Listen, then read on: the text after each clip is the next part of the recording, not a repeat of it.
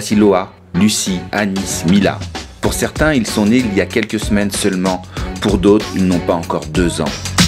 Tous et toutes sont portés par le désir de bouger. Tout leur corps répond à cet appel.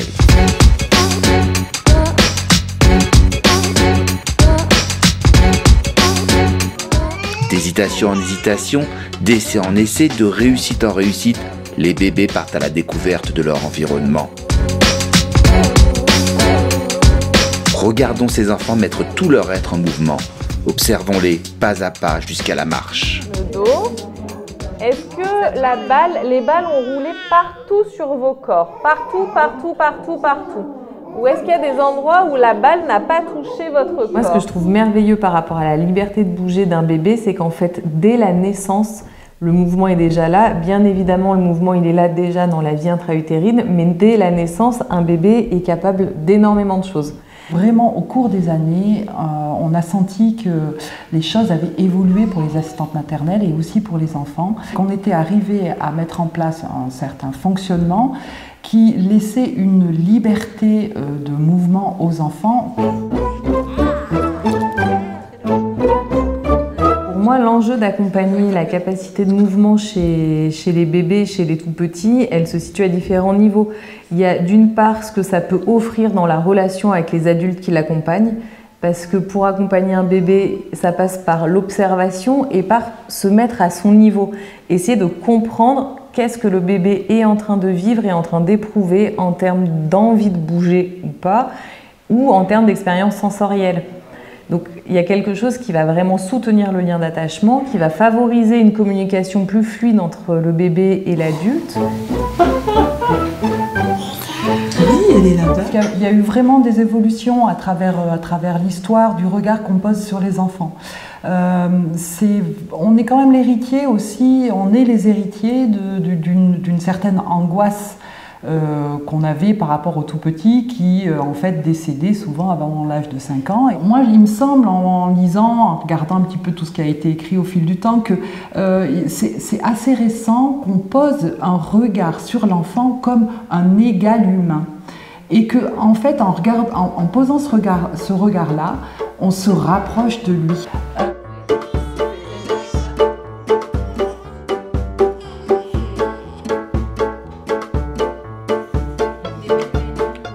0-3 mois, l'arrivée sur Terre, ce qui est le plus présent à ce moment-là, c'est vraiment faire l'expérience de la gravité. C'est un moment, les 3 premiers mois, où les bébés ont un besoin d'être portés qui est grand. Et en même temps, c'est chouette aussi de pouvoir avoir quelques moments, et puis avec le temps qui passe de plus en plus, où on les invite à être posés sur le sol. L'intérêt de poser son bébé sur le sol, ça va être vraiment qu'il puisse sentir, faire l'expérience physique de la gravité qui va quelque part le coller un peu à la terre et qui va lui permettre par ce mouvement-là, à un moment donné, de trouver le moyen de s'en repousser. Ah, okay. Nous, on invite vraiment à leur proposer de faire l'expérience de toutes les faces. Et ça, c'est pareil, vous pouvez le tester si tu t'allonges sur le dos. Ta perception du monde, elle est complètement différente de si tu es sur un côté, ou sur le ventre, ou sur un autre côté. Les mouvements du bébé, qui sont essentiellement des mouvements réflexes, vont s'organiser autour de la ligne médiane du corps, de l'axe central. On va pouvoir observer petit à petit et de plus en plus les 2 mains qui viennent l'une vers l'autre. Au fur et à mesure de ces 3 premiers mois, les bébés vont avoir la capacité de pistage visuel et auditif, savoir identifier d'où vient un son et s'orienter vers ce son. En termes de mouvement, on est vraiment sur des questions qui sont liées à la survie et notamment aller chercher la nourriture. Et les mouvements d'un tout petit, d'un nouveau-né, sont quasiment exclusivement des mouvements réflexes. Et si on vient caresser délicatement le coin de la bouche d'un bébé, on peut vraiment fréquemment voir que la bouche s'oriente et même la bouche s'ouvre pour aller chercher la nourriture. Les bébés, les humains, ne pourraient pas survivre sans le toucher. Donc dans l'établissement du lien ou la consolidation du lien d'attachement, le toucher est primordial.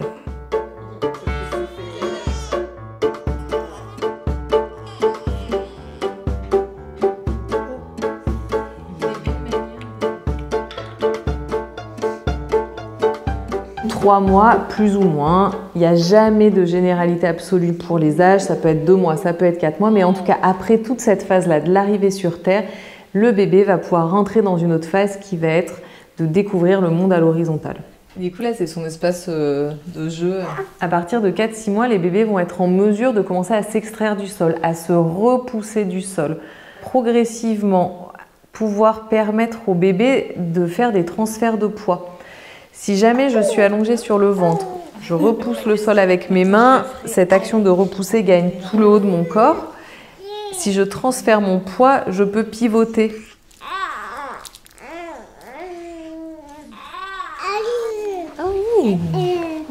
Direct, il attrape ses pieds, quoi. Le truc qu'il fait jamais quand il est habillé. C'est tes pieds. Il y a beaucoup de parents qui témoignent que les moments de change sont des moments surprenants en termes de mobilité. Ils racontent comment, une fois enlevé la couche pour changer le bébé, le moment sans couche, il y a les jambes, les pieds qui bougent, il y a quelque chose qui va vraiment pouvoir se déployer dans l'espace. Tu viens nous voir.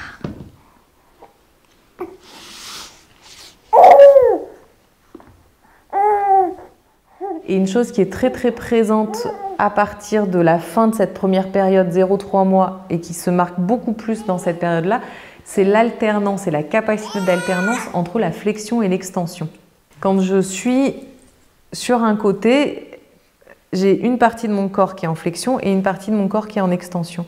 Et cette organisation-là, elle va permettre d'aller d'une position à plat dos ou à plat ventre vers l'autre face, donc de rouler. Elle va permettre de pivoter et progressivement, elle va aussi permettre de ramper. Pour pouvoir soutenir l'enfant, l'accompagner et lui offrir le plus de possibilités d'aller vers ses mouvements, l'idéal, c'est qu'il y ait des moments dans la journée où le bébé peut être posé au sol. Donc moi, j'aurais tendance à inviter les familles, les professionnels à limiter au maximum les moments dans des nacelles, dans des transats. Souvent, entre 4 et 6 mois, et des fois après, ça dépend vraiment des situations des familles, c'est le moment où on va commencer à confier son enfant à l'assistante maternelle. En fait, ce que je trouve vraiment intéressant à ce moment-là, c'est que l'assistante maternelle, elle devient progressivement une figure d'attachement de l'enfant, c'est-à-dire qu'elle devient une personne en laquelle l'enfant a confiance. Et ce lien d'attachement, en fait, il est très important pour l'enfant parce qu'il lui assure sa survie et il lui assure aussi quelque chose d'une sécurité intérieure qui va lui permettre d'aller explorer.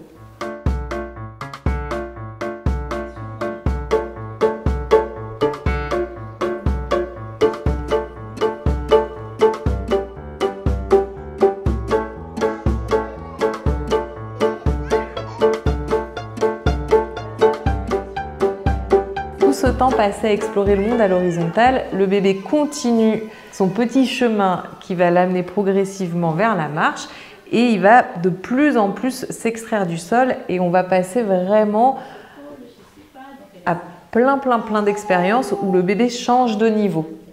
C'est sur cette période-là que les bébés vont pouvoir aller du rampé vers le 4 pattes, du 4 pattes vers l'assise. Ce qui est vraiment crucial à cette période, c'est d'observer comment tout ce qui a été présent avant va permettre les acquisitions assez tranquillement. Tout ce qui est de l'ordre du rampé du 4 pattes va permettre notamment au bébé d'acquérir quelque chose qui s'appelle l'extension protectrice. C'est-à-dire que lorsque le bébé est assis, s'il y a un déséquilibre, il va tendre une main vers le sol, cette main qu'il a déjà rencontrée en relation avec le sol, il va tendre la main vers le sol et donc la main va rencontrer le sol, puis le bras, puis la tête. Donc le choc avec le sol va être beaucoup plus doux. Quelque chose qui est vraiment primordial pour l'enfant dans sa relation à l'assistante maternelle, c'est qu'elle soit là, disponible au moment où il en a vraiment besoin. Moi, j'aime bien l'image du phare. C'est en fait l'adulte, que ce soit l'assistante maternelle ou le parent, c'est comme un phare. Donc il faut qu'il soit là quelque part et il faut que d'un simple coup d'œil, hop, j'ai vérifié, il est là. Il y a quelque chose de vraiment pertinent dans l'idée de rejoindre l'enfant. Ça permet pour moi de dire à l'enfant ce que tu fais est intéressant, ce que tu fais est légitime, ce que tu fais me donne envie d'essayer et d'être avec toi à cet endroit-là. Donc à nouveau en termes de relation et de communication, je trouve qu'il y a un message qui est beau. Et c'est une manière aussi d'encourager, ou c'est une opportunité d'encourager. Si je vois le bébé qui est frustré, qui est peiné, qui est découragé, et que je lui amène le jouet, je vois bien ce qu'il regarde, je sais que c'est cette balle-là. Je suis son regard, son corps est tourné vers. Si je lui amène, je ne lui donne pas l'occasion d'aller vers.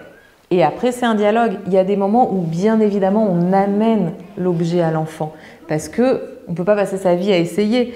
On essaye un peu aujourd'hui, et puis après, on a la satisfaction, qu'on y soit allé ou que ça soit venu à nous. Et puis, on réessaye une autre fois. Donc, le fait de se mettre au niveau de l'enfant, si je me mets à côté d'un enfant et que je regarde ce qu'il regarde, je suis sûre qu'il sent que je suis avec lui. On est ensemble. Et du coup, je peux même être témoin du pré-mouvement. On peut arriver à des perceptions beaucoup plus fines de qu'est-ce qui se passe intérieurement, vers où ça va. Il y a quelque chose en termes de tonus qui change. Et je sens ce tonus changer et s'orienter. Et je pense vraiment que pour les bébés, il y a quelque chose de bon.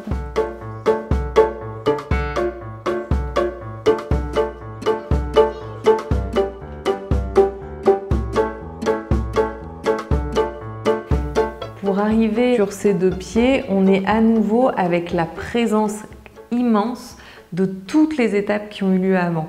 C'est parce que j'ai pu rouler que j'ai inscrit des spirales dans mon corps. C'est parce que j'ai pu rouler que j'ai pu après me retrouver sur le ventre et commencer à établir cette relation de s'extraire du sol, cette relation vraiment singulière avec le sol, qui de là m'a amené peut-être à ramper, qui de là m'a amené aux quatre pattes, qui de là m'a amené à venir m'asseoir.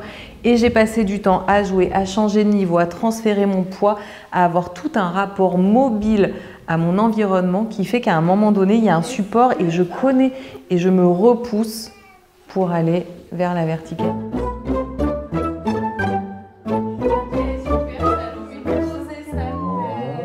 Quand l'enfant accède à la marche, le lien à l'adulte est différent. D'abord, historiquement, un enfant qui marche est sauvé quelque part. Il est sur ses deux pieds, il est un petit humain en fait. On change de niveau et on se rapproche du niveau des plus grands. Et en se rapprochant du niveau des plus grands, on voit aussi beaucoup mieux les autres enfants qui sont autour de nous. En fait, l'enfant est très attiré vers les autres. Jusqu'à maintenant, il n'avait pas énormément de capacité à y aller, mais là, maintenant, il a la capacité à aller vers les autres, donc il va aller vers les autres. Il a, par exemple, très envie, quand il voit un enfant qui est en train de jouer avec quelque chose et il a l'impression que ça lui fait vraiment plaisir à lui, il voudrait être à sa place exacte. Donc, il va venir prendre le jeu de l'enfant comme s'il allait en même temps prendre le plaisir que l'autre enfant a à jouer avec ça.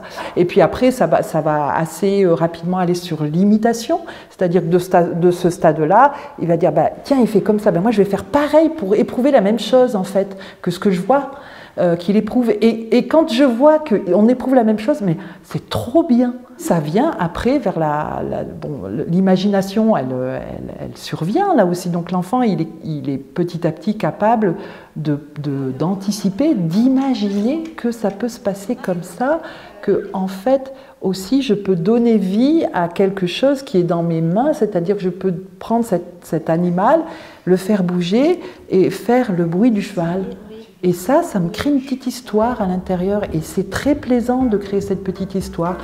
En tant que professionnel, on s'assoit face à cet enfant pour le rencontrer. On va le rencontrer avec le toucher, on va le rencontrer avec le regard. Un enfant de 3 mois, 4 mois, il sourit. Ce que j'aime comme idée aussi, c'est de se dire que voilà, là on a partagé différents points de vue, différentes stratégies, différentes intentions, attentions pour accompagner les bébés jusqu'à la marche. Et en fait, tout ce regard-là et tout ce rapport au monde par le mouvement, ça continue.